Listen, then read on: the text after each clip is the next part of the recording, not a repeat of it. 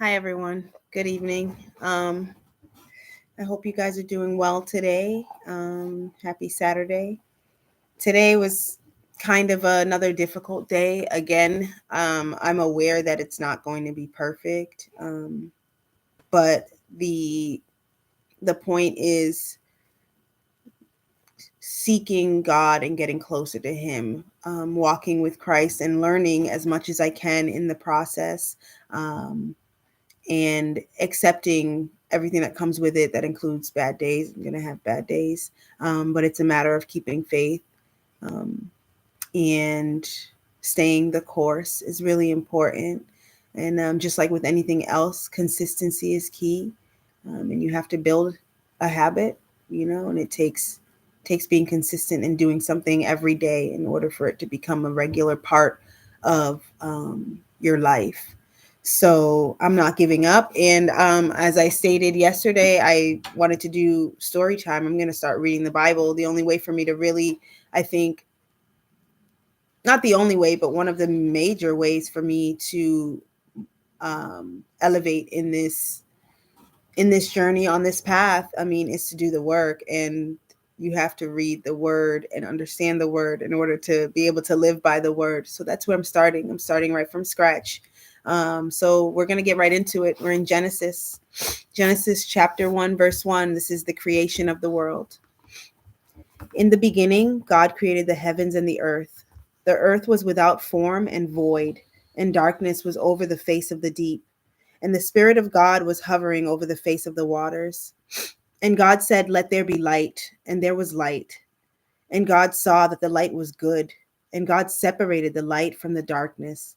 God called the light day, and the darkness he called night. And there was evening, and there was morning, the first day. And God said, "Let there be an expanse in the midst of the waters, and let it separate the waters from the waters." And God made the expanse and separated the waters that were under the expanse from the waters that were above the expanse. And it was so. And God called the expanse heaven. And there was evening, and there was morning, the second day.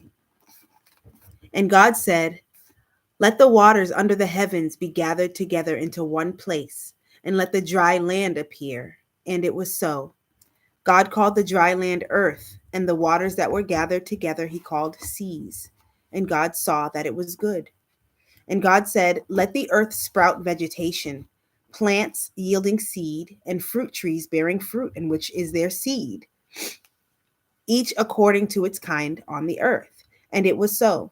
The earth brought forth vegetation, plants yielding seed according to their own kinds, and trees bearing fruit, in which is their seed, each according to its kind. And God saw that it was good.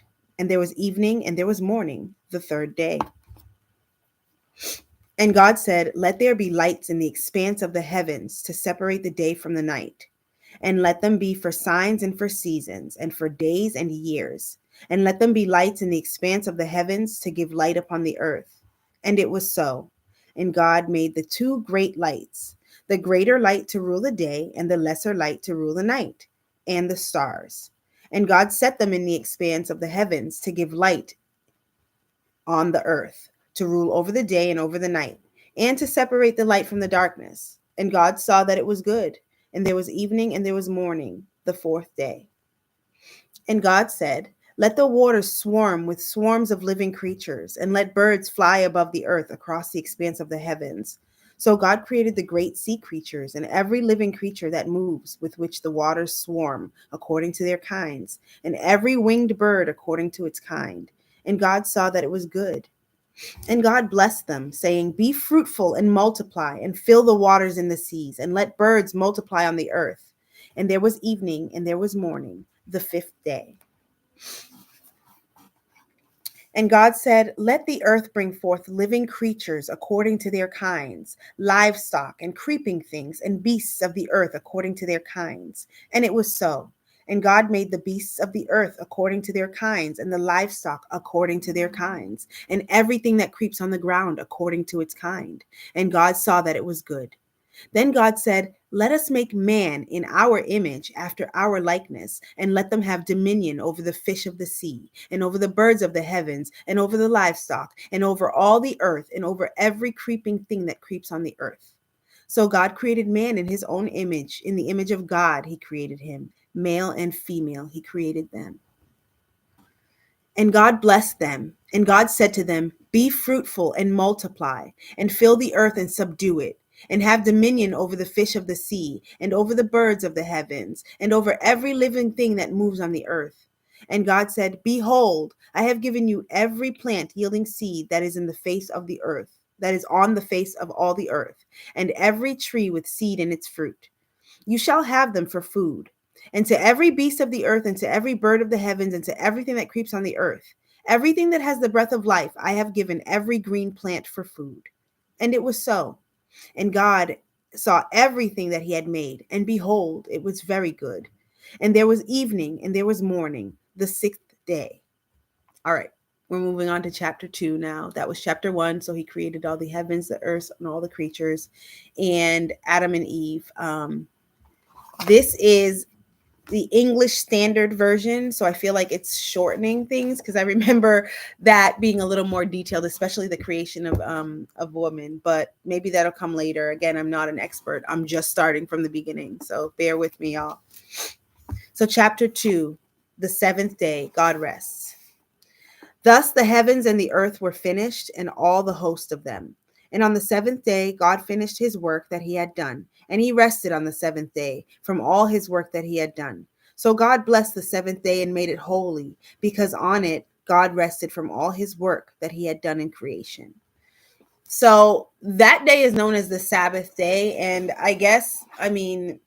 they have us thinking that that's Sunday, but the Sabbath day is Saturday. That is the seventh day. Sunday is actually the first day of the week. The Sabbath day is Saturday. I don't really think it's a matter of opinion. I think that that's the way it is, but no arguments.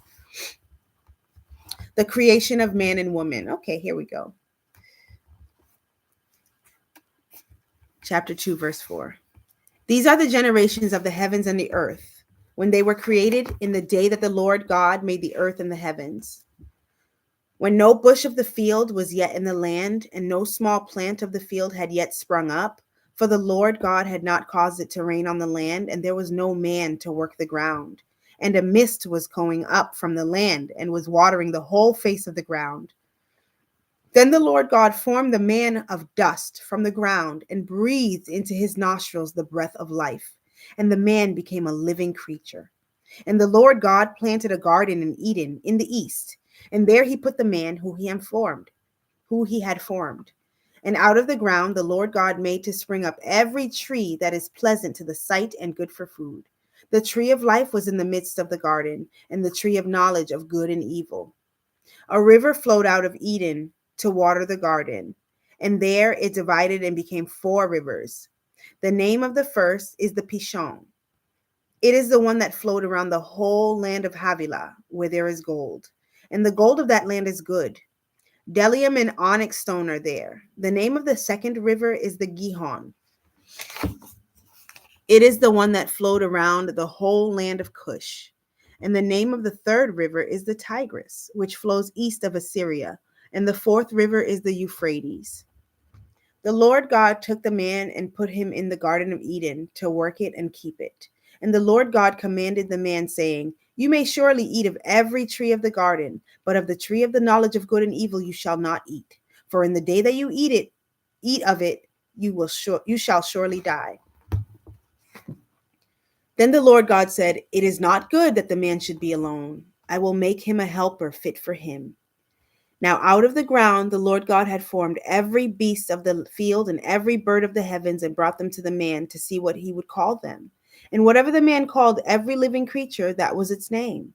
The man gave names to all livestock, and to the birds of the heavens, and to every beast of the field. But for Adam there was not found a helper fit for him. So the Lord God caused a deep sleep to fall upon the man, and while he slept took one of his ribs and closed up its place with flesh. And the rib that the Lord God had taken from the man he made into a woman, and brought her to the man. Then the man said, this at last is bone of my bones and flesh of my flesh. She shall be called woman, because she was taken out of man. Therefore, a man shall leave his father and his mother and hold fast to his wife, and they shall become one flesh. And the man and his wife were both naked and were not ashamed. All right, that's the end of chapter 2, and that's actually really interesting. I want to stop there and talk about that. I want to talk specifically about from verse 18. Then the Lord God said, "It is not good that the man should be alone. I will make him a helper fit for him." Now, God had already created every kind of animal there was, every kind of bird, every kind of livestock, every kind of beast on earth, but that still wasn't enough companionship for Adam. He needed he needed an equal. He needed a companion that was made for him, directly made for him, ordained by God for him. Um, and she was made from his rib. So she's part of him. She's made in his image. And if man is made in God's image and woman is made in man's image, then woman is also made in God's image, right?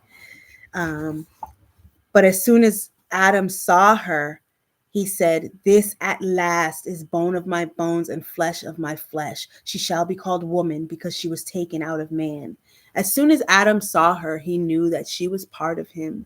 He knew that they belonged together, and that she was made for him. And I just think that's so beautiful. I think it's